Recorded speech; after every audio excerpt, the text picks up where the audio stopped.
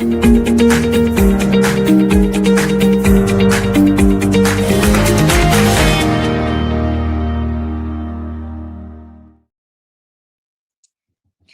morning, everybody. Welcome to the Energy Realities podcast. I'm the host today. Yay! I'm so lucky.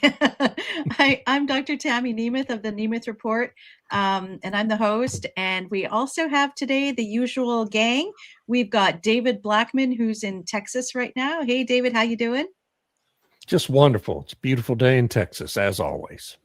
As always, yes. No tornadoes yet? Not yet. And, we haven't really had the severe weather as much where we are in the Metroplex as they've had up in Oklahoma and Kansas, which is not unusual, but most of it's really gone north of us so far this year. Well, that's knocking good for on Texas. wood as I say that. Okay. We also have today Irina Slav, who's in Bulgaria. Hey, Irina, how you doing? I'm great, thank you. It's still warm and pleasant outside, not hot yet. So global warming is a bit late this year. Well, and congratulations to Bulgaria. I hear that Bulgaria won Eurovision on the weekend. Yeah. Thank you. It's bringing unwanted attention to the country. Oh dear. Thanks. Oh dear. And it's so politically motivated. Why do you think Bulgaria won? Is it because they had a really good act or something else?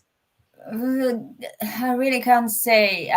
It's not really my kind of music, but it's catchy. I guess they just hit the right formula for this sort of thing, and people really liked it. I hear. Well, that's good. I don't know if it's surprising because it should be political. It has been very political since 2014, but it's weird. Maybe they just let the people vote. I was voting for Croatia this year, but I don't really care enough. I have to say the UK came in last, as always. I saw that. I think they got one vote. It's too funny. But yeah, it was pretty bad act, I have to say. They don't do well traditionally. Yeah, so true. Right. And we have, rounding up the cast today, Mr. Stu Turley, who is... I don't know. Are you in Oklahoma or Texas today, Stu? I'm in Oklahoma. I had to go to Texas, come back. I got a bear problem, and it's not just a Democrat neighbor. It's a real bear. So I'd rather deal with a bear than a Democrat. So you got to deal with a bear. Bears are but I'm nice. going back to Texas, so it's like I get to spend a lot of miles. The Strait of Hormuz, thank goodness, doesn't impact me as much as ethanol. Ethanol destroys the car, and I get 3 miles per gallon less when I use ethanol. So, it's kind of sad that I'm going between Oklahoma and Texas between the houses, and I pay more because of ethanol than the Strait of Hormuz. Yeah. And that the ethanol mandate is like in every Western country. They have it in Canada, they have it in the UK, Europe, America. So, and people don't realize that it destroys the gasoline engine. It wipes out your thing. The average cost for ethanol on a car is $4,000 in repairs that you would not have to pay if you didn't have it. Kind of weird.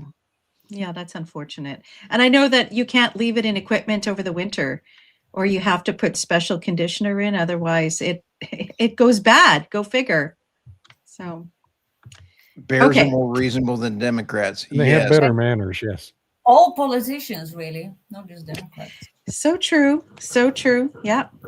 Well, today we are talking about how climate activists are striking back. That climate action hasn't necessarily disappeared, even though there's lots of talk out there that with President Trump's energy abundance and energy dominance agenda, that the whole climate issue has sort of fallen off the radar.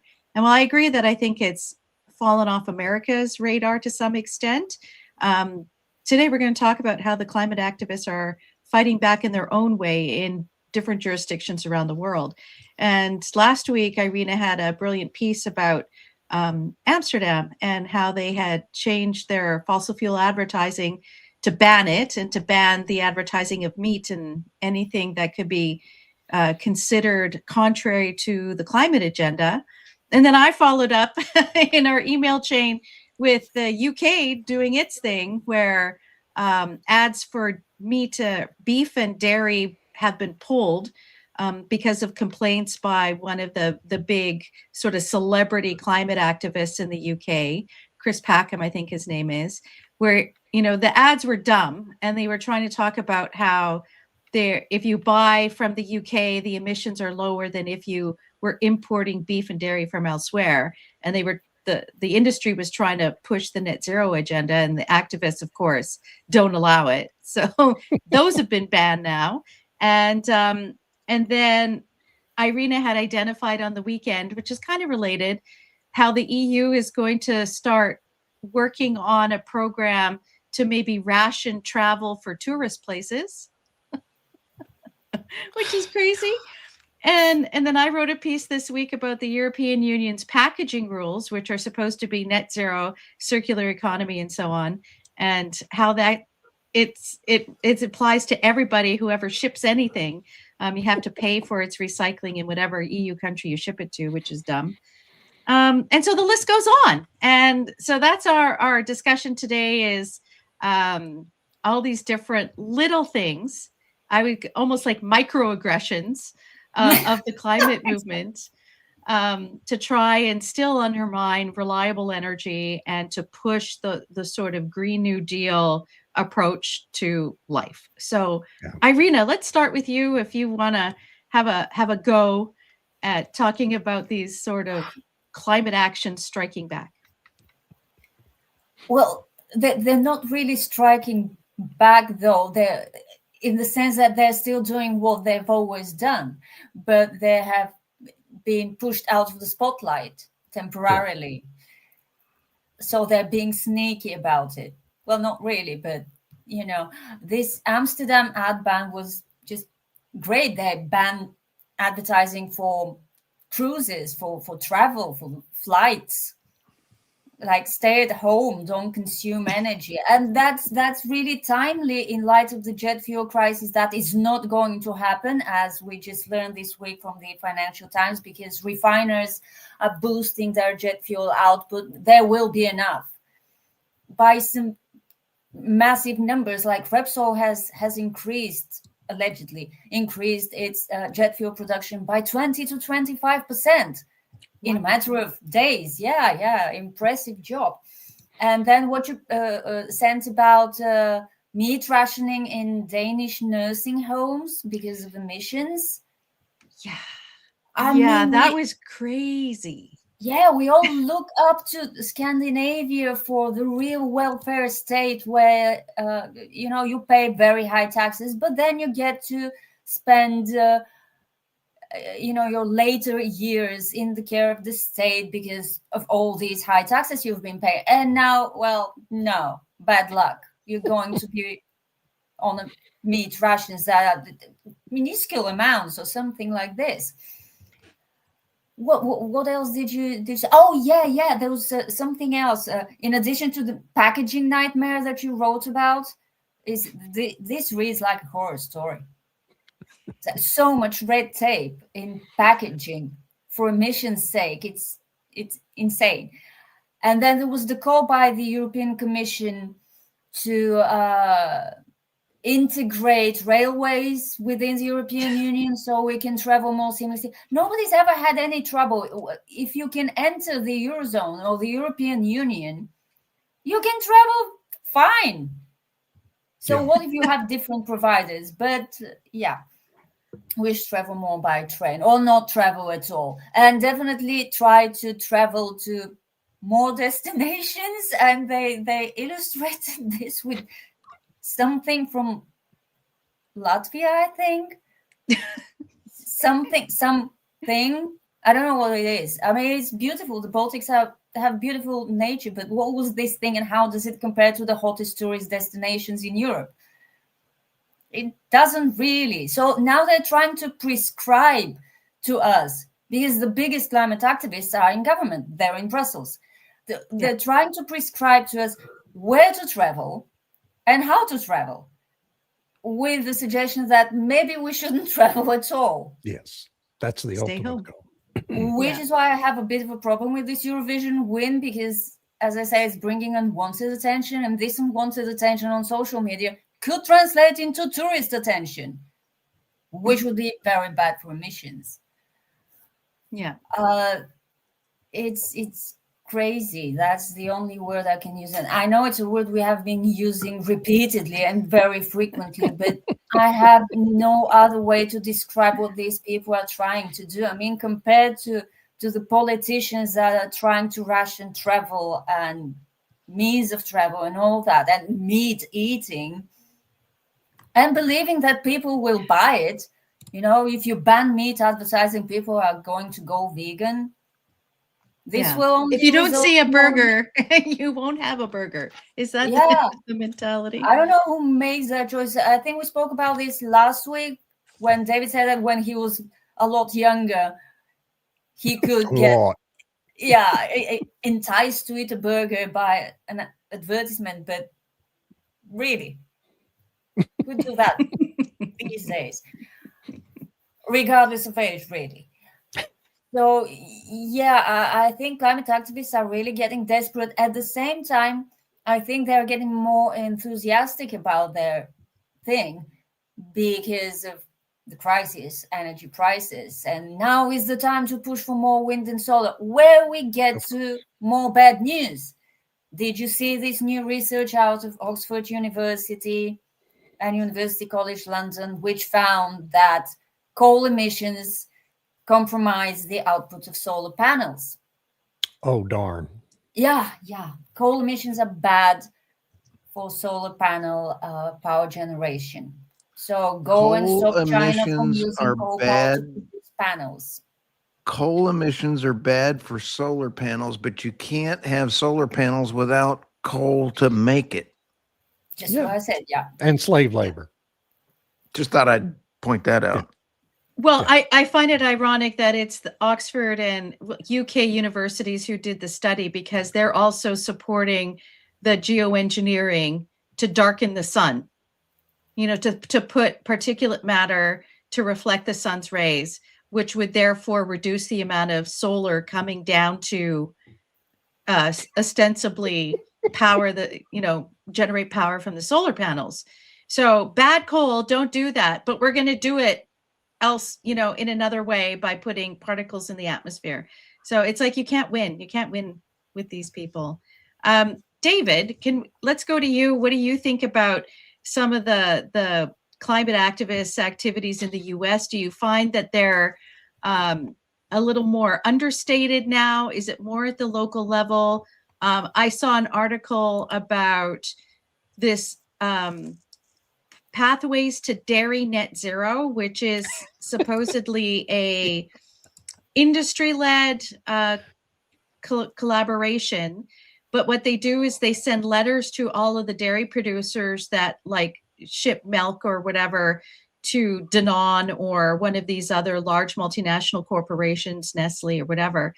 And then they ask for all these different things, like what is your emissions profile? How much methane are you doing? All this different stuff. Right. But then if you don't, it's voluntary, but if you don't answer the questions, then they don't want to take your milk. So it's like, just this time it's industry led rather than the activists coming in, but the activists have pressured the industry to do it. That's just one example. It's like the old Energy Star program, which was industry led. It was a collaboration with government by the makers of kitchen appliances and heaters and home appliances to make their appliances more energy efficient, to cut emissions, cut the power they use, et cetera, et cetera. And of course, so those kinds of things don't concern me so much, but overall, the activists in this country, they're not getting traction with the federal government, and they're not getting traction anymore with governments in what we call red states that are governed by Republicans. But they get plenty of traction still in the blue states like New York and Massachusetts and California and Illinois. and you know, the 23 or so blue states in the country are still perfectly fine with the climate activists.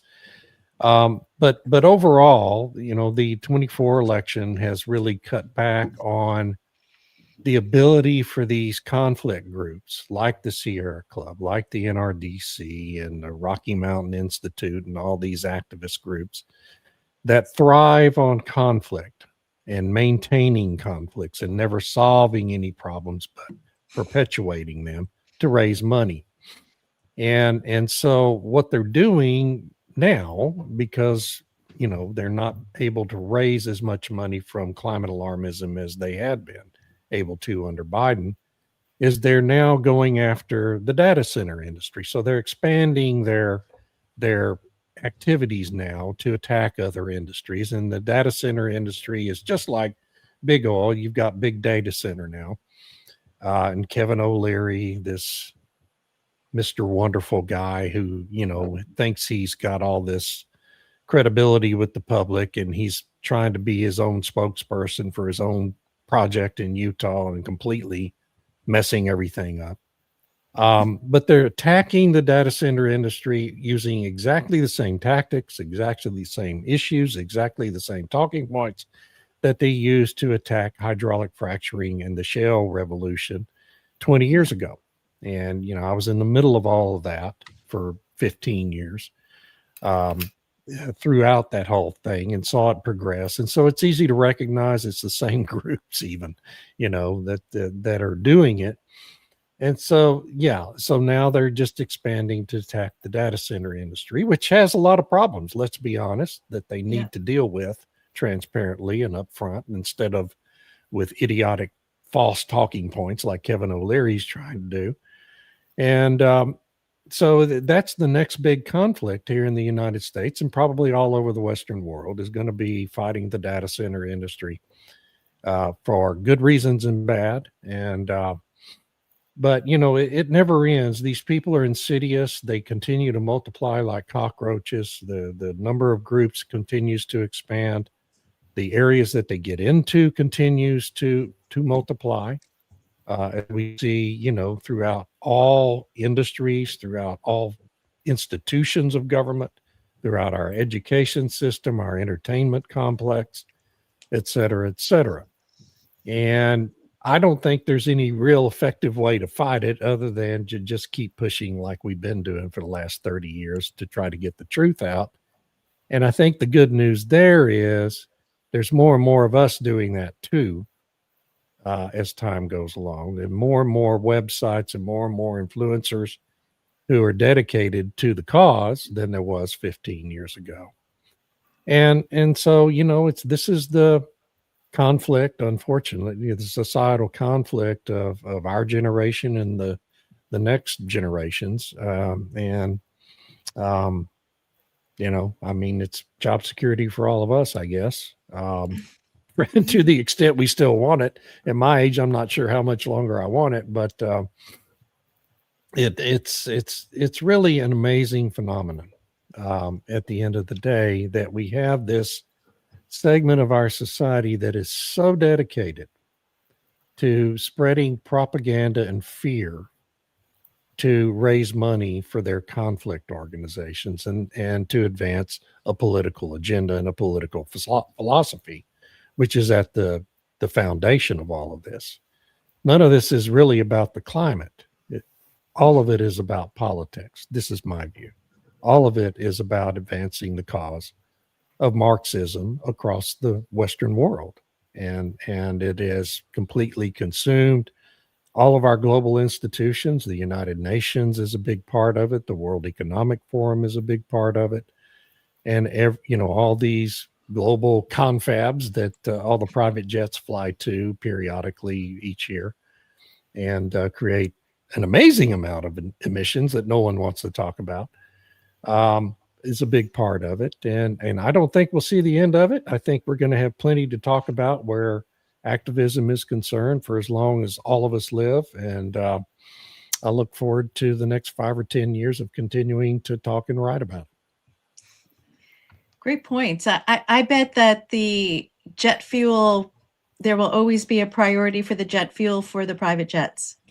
Well, of Of course, course. of course. You know, I Yeah. mean, you couldn't go to Berlin to have have a COP30 meeting with all the private jets and all the jet fuel that they consume and all the emissions they cause, and the tearing down of the rainforest to build a brand new gleaming highway to bring all those people in from the airport into the center city to hold the conference in what was a big tent, is like a big circus tent, which was totally appropriate. For sure. Stu, you have a data center being built near you. Is it the Starbase one? Yep. It's just down the street, and it is it's amazing to see the construction as I drive by it. And the dichotomy of Texas is amazing when you look at the wind turbines that are falling apart.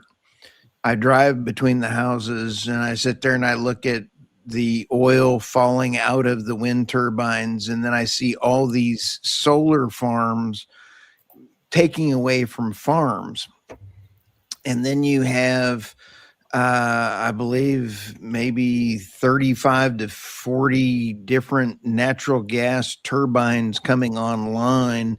Just the whole thing is a mess. It is absolutely hilarious. The housing prices in Abilene are shooting through the roof. There's now trailer parks all over the place for the workers. Right. Now, right. Data centers only provide work for 10 people after they're built. Before they're built, lots of people want there. The advantage Abilene, Texas has is that the base has got the next generation of fighters and bombers coming into Abilene. So Abilene's growing again, and it's got the B-1 there now. So you've got a combination of Starbase.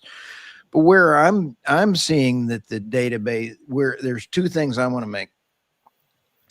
The UN really came out last week and said, oh, we don't really mean what we say when we tried to fearmonger all of it. The UN climate panel quietly admitted its doomsday climate scenarios were implausible. How much money has been spent on net zero? Well, for renewables only, we've spent over $10 trillion. Of the $10 trillion, we've only gained 3% energy. I mean, when you take a look at energy instead of electricity, there's a significant difference. So you got even the UN using this against children. How many children have lost sleep because of the fear of climate? I want some reparations. Give me some reparations right now from the UN budget for all the money that I've spent. Then we take data centers. How many of the data centers are now taking away from eminent domain in the United States is crazy. It is absolutely crazy when you've got Georgia Power and you've got these other data centers. Why don't you put the data centers in a new way where you don't have to have all the water and everything else?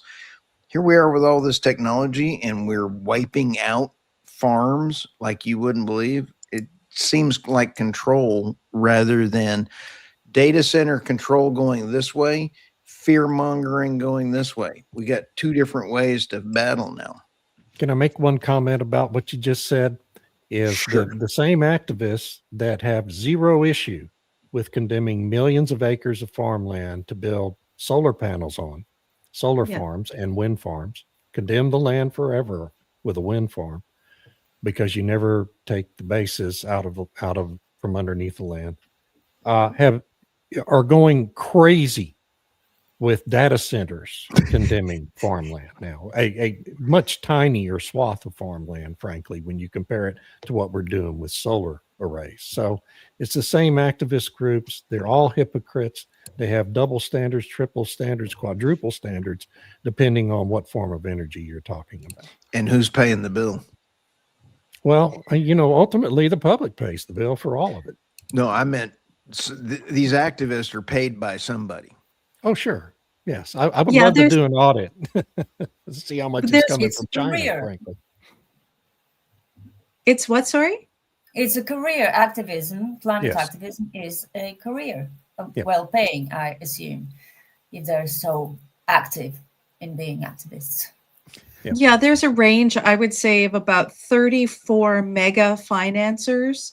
And they range, right? So it's like you have the Arabella Advisors, which takes in lots of money from various things and then funnels it through lots of different groups. So they'll give it to one group, which will then take that and bundle it and give it to another group. And so therefore it's sometimes very difficult to track where the money originated from originally.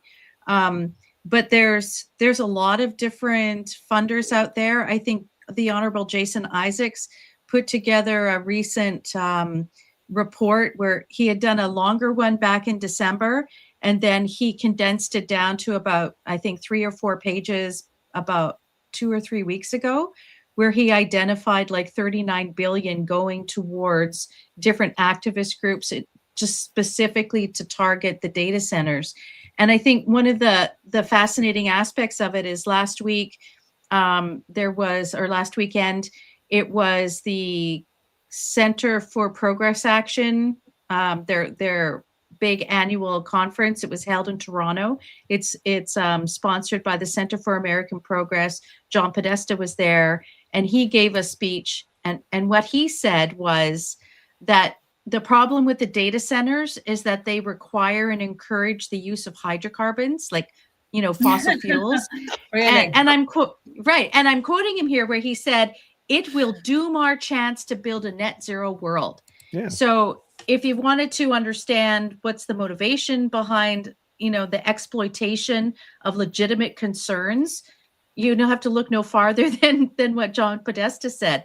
Because if you have a reason for using reliable energy, which is the AI data centers, and this is where I'm sort of torn between it, because the data centers will be used to monitor everything that we do in order to ensure that where we travel, how we're traveling, what we're eating, all these different kinds of things that we've talked about. And the need for smart meters, because you need the AI in order to monitor how all that's going, and when you should be using energy, when you shouldn't be using energy, and so on. So you need the data centers for it, but you need the reliable energy for those data centers. So it puts the activists at a bit of a conundrum, because on the one hand, they want the AI to be able to do all this, to manage us, to manage all the data that's being generated, but they need the reliable energy to do it. So it'll be interesting to see how this plays out in the end. Which side's going to win? I'm not sure. And then you have to think also of the foreign, the role of China in all this. Does this benefit China? Right? Yes. So That's what I was saying. I would love to have an audit to see how much of the money behind all this is coming from China. But don't the climate activists like John Podesta have an alternative to use of fossil fuels for these data centers, right?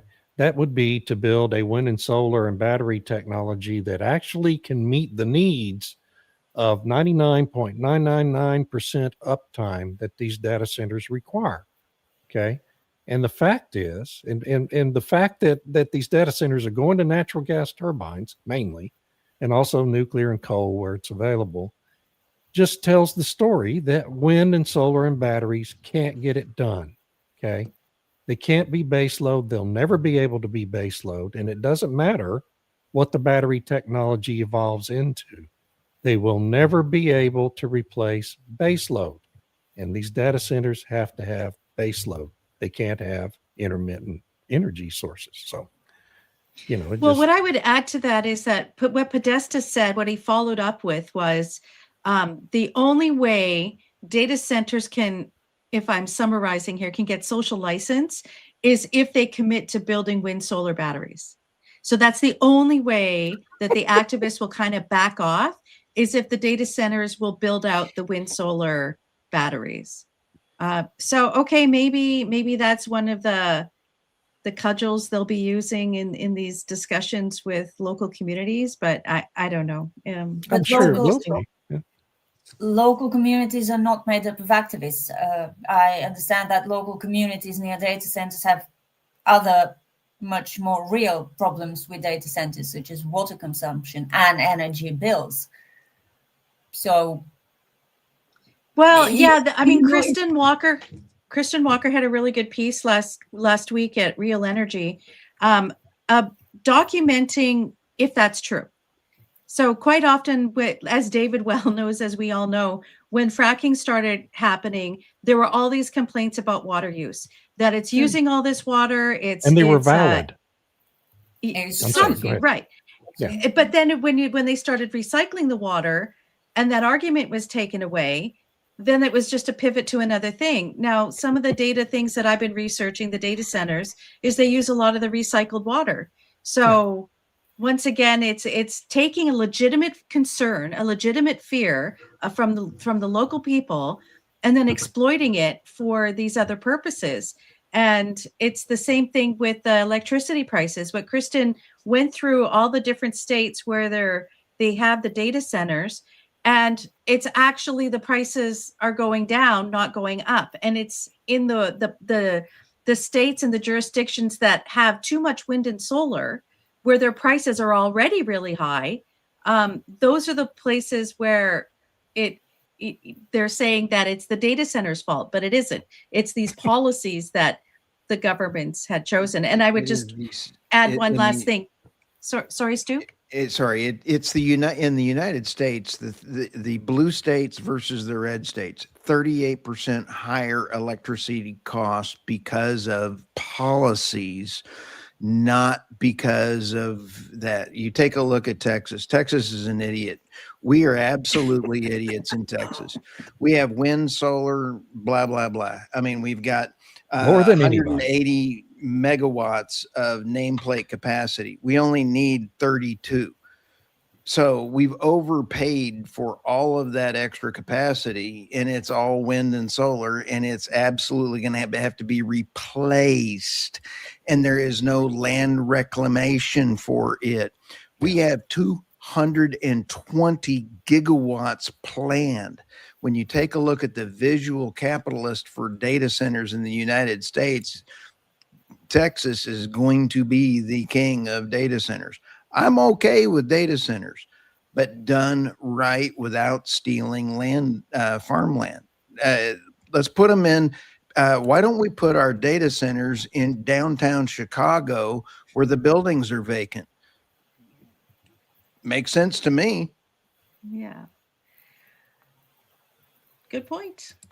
Okay, so last week we had this speech from the throne in the UK. So I want to kind of pivot here to a bit of a policy discussion. Irina, what did you make of what they're proposing in the UK with respect to creating an Energy Independence Act that will ban all future fossil fuel development in the North Sea? What speech is that? I don't watch speeches. Okay, so when the parliamentary session opens in the UK, they have the king read off this speech about all the different priorities that the new legislative session will target. And they're proposing 37 new bills, one of which is an Energy Independence Act that will be to triple down on wind, solar, EVs, and have a permanent ban on fossil fuel development in the North Sea. All development or just new development? This is important. Not sure, because the act hasn't come out yet, but there's lots of talk that it will phase out the existing in an accelerated fashion. That's great for these energy companies that are still doing business in the UK's North Sea. It'll just make it easier for them to up and go, without any doubt. But I would love to see this. Well, I wouldn't love, you know what I mean, in a twisted way. I would love to see this happening and how it will work out, because we all know how it will work out, which is it won't. And now with this new research about coal emissions, sure, okay, the UK doesn't have coal much, but probably those emissions travel. And if there's a coal power plant in the vicinity, you know, it sounds like an idiotic joke, but this is actual energy policy. It's quite disheartening. So they continue to staunchly believe that if the UK sources all of its electricity from wind and solar and batteries, they will make any meaningful contribution to reducing the planetary emissions of carbon dioxide when the whole of Asia is ramping up coal generation because they can't afford whatever LNG is available. Yeah. They're tripling down on lunacy. Yeah. Yeah. And That's the EU is as well. really right? horrible. Yeah, we know climate change is real, but shutting down baseload electricity generators and replacing them with wind and solar is not going to stop the climate from changing. I'm sorry. I'm sorry Yeah. for my tone, but we've heard this so many times. I would add that the UK no longer has coal power. They blew up their last Did station. they? I think Okay, it was. okay. Yeah. Yeah. Yeah. Because I think last year or the year before, they had to restart a coal power plant. Can't remember. Yeah. I don't think so. That was before, but I think those last ones have all been shut down now. Just to make sure they Um, would be able to use them Yeah. again. Yeah, for Yes. sure. David, what do you think of what the UK is putting forward to Well, ban that and triple down? yeah, I mean, I don't think it's any surprise at all. Keir Starmer, his government suffered an amazing setback in the local elections. And so what do the communists running his government do, including Ed Miliband? They triple down on the failed policies that led to that election catastrophe. This is the way of leftists all over the world. And, I know I get off topic onto these things and I sound like a conspiracy theorist, but the Labour Party is a communist party. It is trying to execute a communist takeover of the United Kingdom. And the way communists do that is to just continue to force their policies onto the public, regardless of what the public thinks of them. You seize power, you force your policies onto the public, and you keep doing it until you're forced out of office. And that's what Starmer's government is going to keep doing. So, I mean, those bills, I read that article and it was really no surprise just because of the nature of who's running the government now. And it's really frightening because it's 3 more years till the next required national elections. And that's a lot of time for Ed Miliband and his gang of merry men and women to just completely deconstruct the entire economy before the voters have a chance to correct the horrific mistake they made 3 years ago, or 2 years ago. So anyway, that's my thoughts on that. And I've said this before. I mean, all of my ancestors come from the UK and Ireland, and it's just really sad to watch what's happening there. And just like I was sad a lot watching what was happening in the United States during the Biden years. So it's not unique to England, but England is really the kind of glowing light right now, the warning sign for the rest of Europe. And I don't think the rest of Europe is paying much attention to it. Well, Yeah. they will. Yeah. They will start to. Yeah. I hope so. Stu, what do you think about what the UK is proposing with banning of fossil fuel developments? I did not have. I interviewed a guy named Doomberg a week ago or so.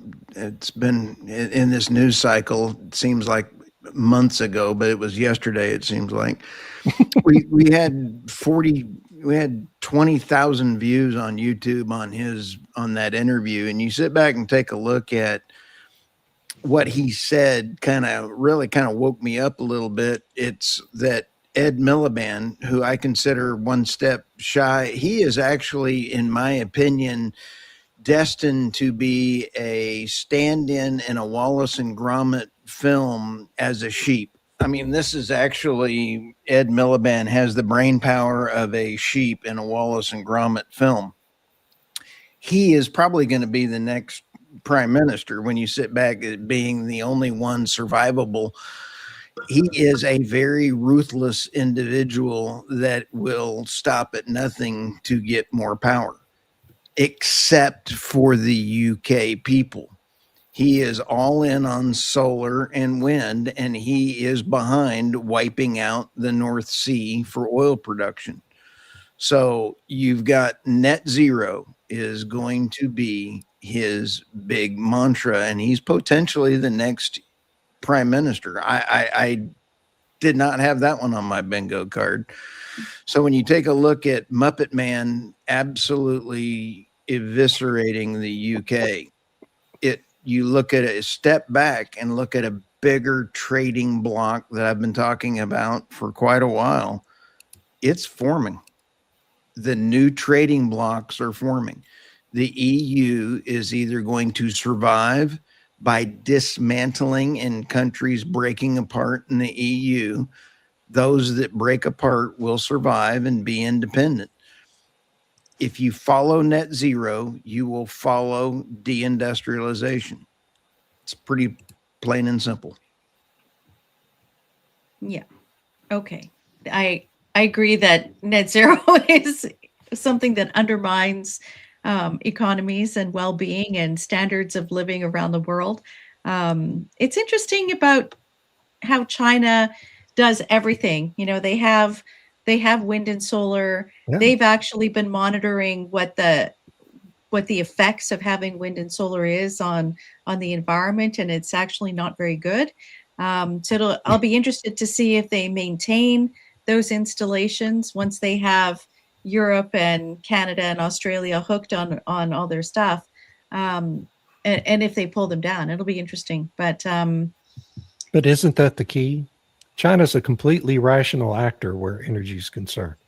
So, you know, they're highly profitable making the solar panels and all the equipment for wind, you know, and putting it in themselves. But it's an incredibly profitable enterprise for their economy to supply all the Western countries with all these solar panels and wind farms and everything, and to process their rare earth minerals and all that stuff. They control everything. So, you know, to me, China is really maybe the most rational actor of all countries on earth where energy is concerned, because they have full control of supply chains to such an extent that they're able to profit from it regardless of what it is. And you know, I'm not one who says we need to ban wind and solar. I think wind and solar, you know, you can make them perfectly usable parts of an integrated power grid if you're sensible about the policy of on how you use them.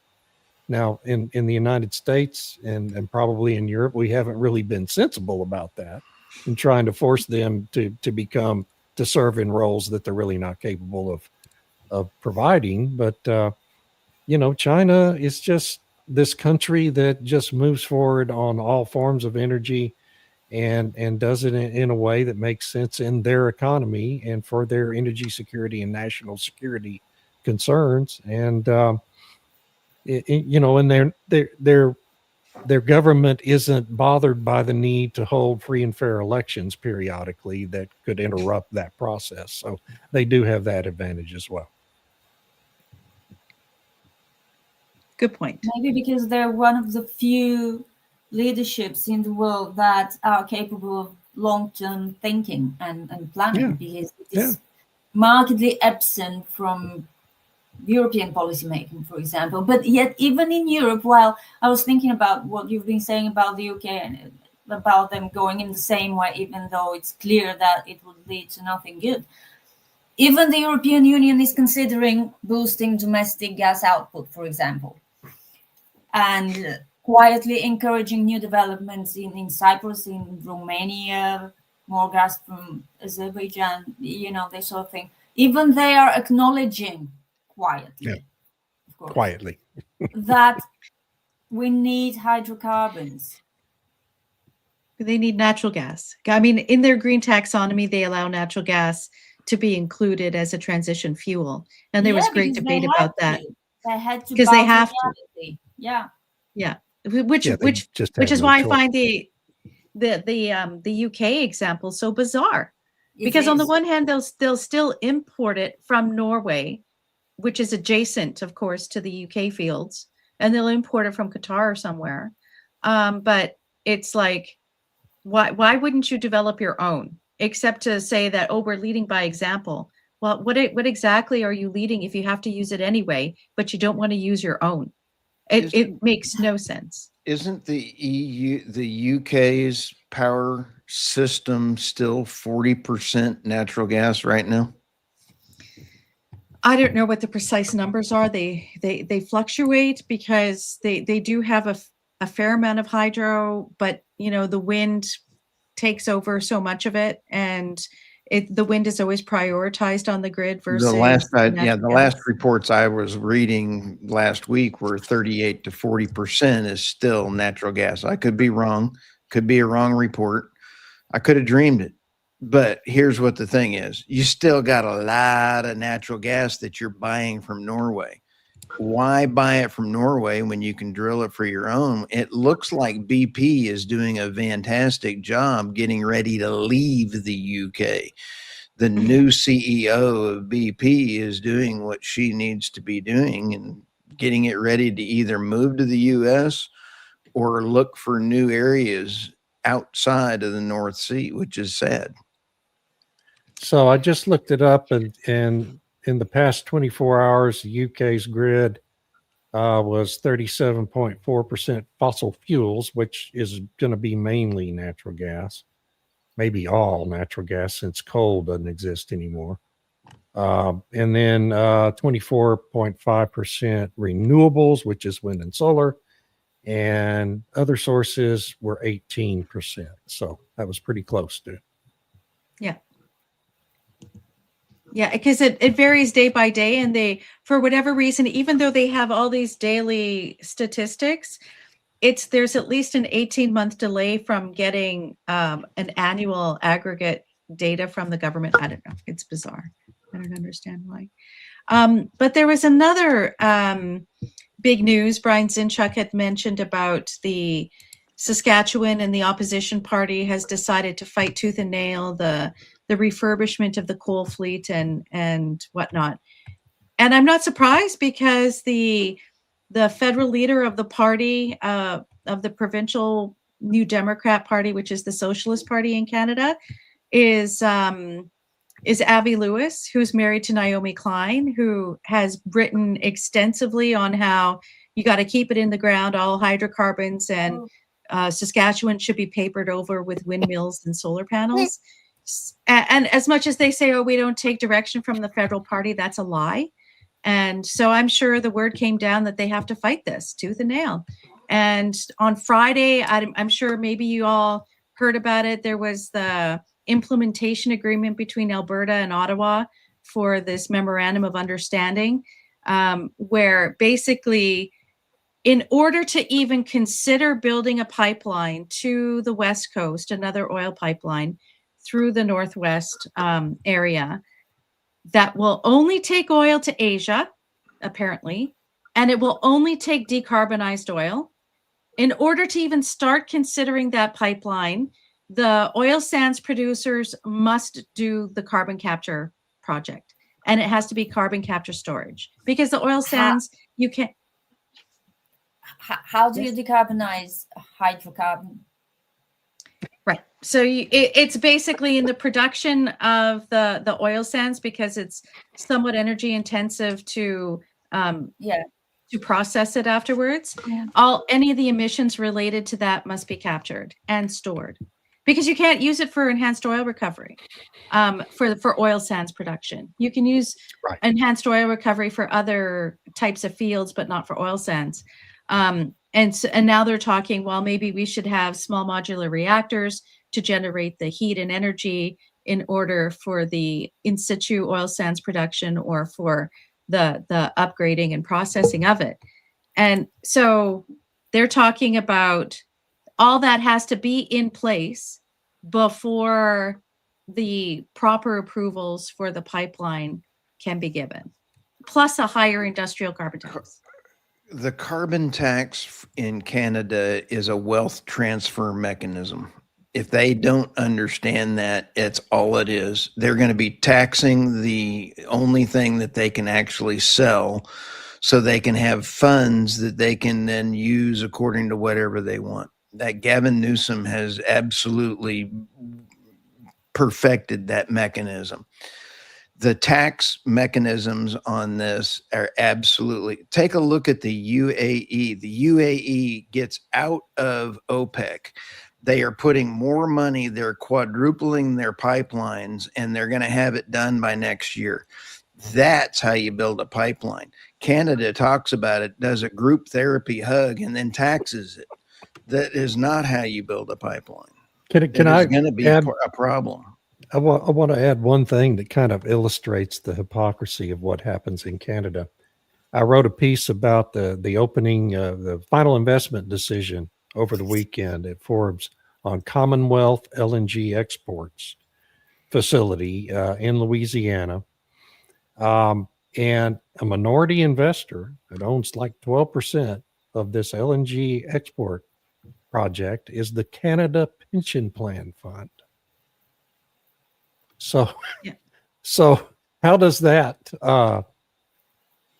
it is a very activist fund, and, you know, all this net zero stuff. So how does that conform with their net zero target policies? I haven't been able to figure that out. I mean, I'm glad to see them investing so sensibly in American energy. You know, it's great for our economy and it's great for the LNG business here in the United States, but it was quite shocking for me to see them listed as a minority owner in that project. Well, I mean, to be fair, the Canada Pension Plan Investment Fund, they removed their 2050 net zero target, I guess. Oh, did and they're being sued by a group of youth activists who Of say course. that the pension plan is destroying their future, and that it should divest from fossil fuels. And the other thing is, part of their sustainability push, they're funders of Octopus Energy. They've put in almost $1 billion into Octopus. I don't think they've ever gotten a return on that investment, but they say it'll be a long-term thing, that eventually Octopus will be profitable and they'll get their return. And they've also invested in like that wind installation that Trump canceled. So, so they've been investing in, they're trying to balance the portfolio a little bit, but they still have an obligation to the investors to have a return. It's a pension fund. This is really bad. Yeah. So, I mean, it's like they know it, which is why they're investing in things that earn them a return. Like an LNG facility. You're going to get a return on that. There's a great question for Brian Zinchuk.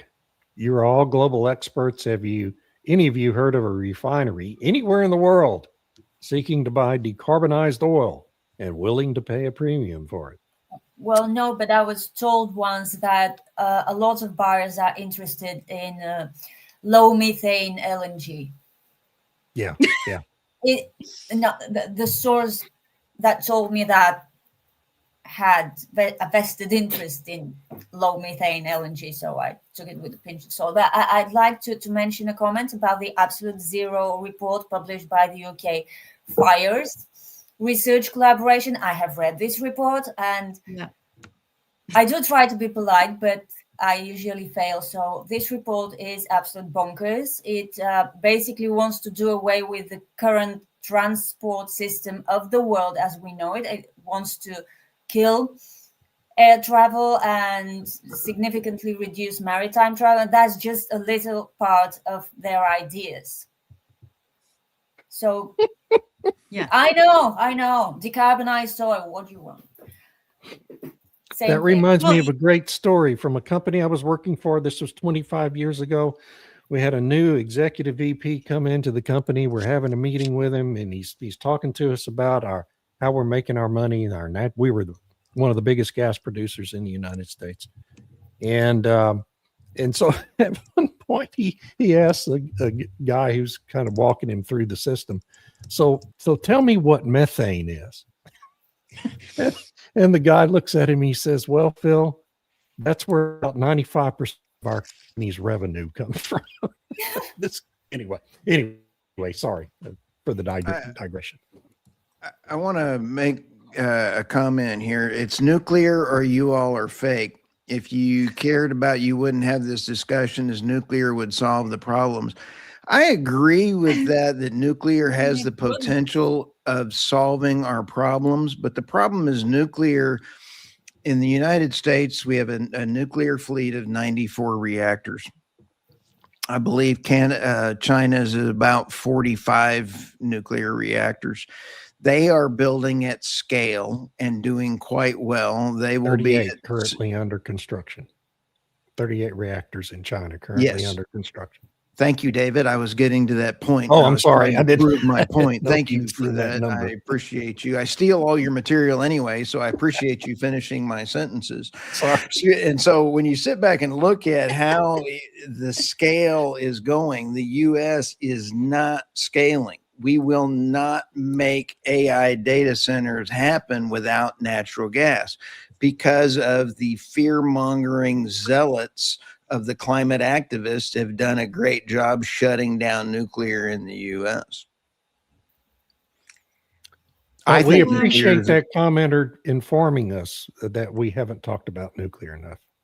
No, and we are all nuclear fans. I am a nuclear. It's great. Yeah. But it can't replace hydrocarbons entirely. It can replace a lot of it for power generation, sure, but it can't replace them entirely. It can't make plastics out of nuclear. Yes, thank you. Thank you. I was going to say that. So, yeah, I mean, what I find so interesting about like some of these comments and whatnot is when you look at the whole methane situation.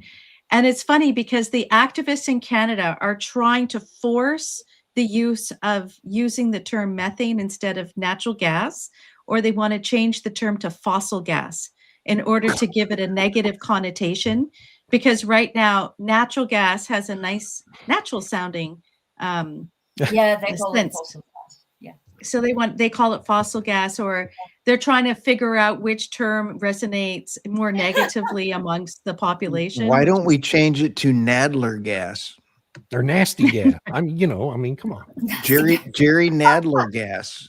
Pull my finger gas. I don't know. Something other than that. They've got to come up with another name.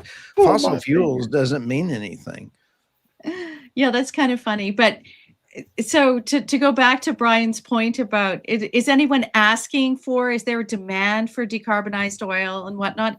Even the Natural Resources Minister of Canada, Tim Hodgson, when he was asked a couple months ago at some conference, I think it was the IEA conference, and he's like, oh, no, there's no market for it right now, but we firmly believe there will be 10 years from now when they're done, right? I just knew it. Yeah. Just keep hoping and whatever, but hopes and dreams. Yes. Overregulation will add money to what the consumers pay, no matter what it is. Regulatory overreach across the world has absolutely done it. So, I mean, yes, I like this. Evil gas, Satan gas. But I like David's nasty gas. Nasty gas. I kind of like Nadler, the Nadler effect, Nadler gas. I mean, that's a rather specific, association. It won't be globally grasped. Yeah, it doesn't translate outside of the U.S. really. Exactly. Really does. Jerry Nadler is. Yeah, we love MD Bone. Thank you. Well, I think that's about it. Any last comments? David, Irina, Stu, any last comments on this? No. Good job. Activism will never die. But it pays well. But it pays well. Until it pays well, it will never die. If it stops paying well or paying at all, we'll see. One day, maybe. Maybe. Well, thanks everybody for the entertaining comments today. There was quite a mix. Yeah, great comments. And stay tuned for next week where we'll have another great discussion about something related to energy realities. Bye. Maybe we'll Bye, talk everybody. about nuclear. Yeah. Okay.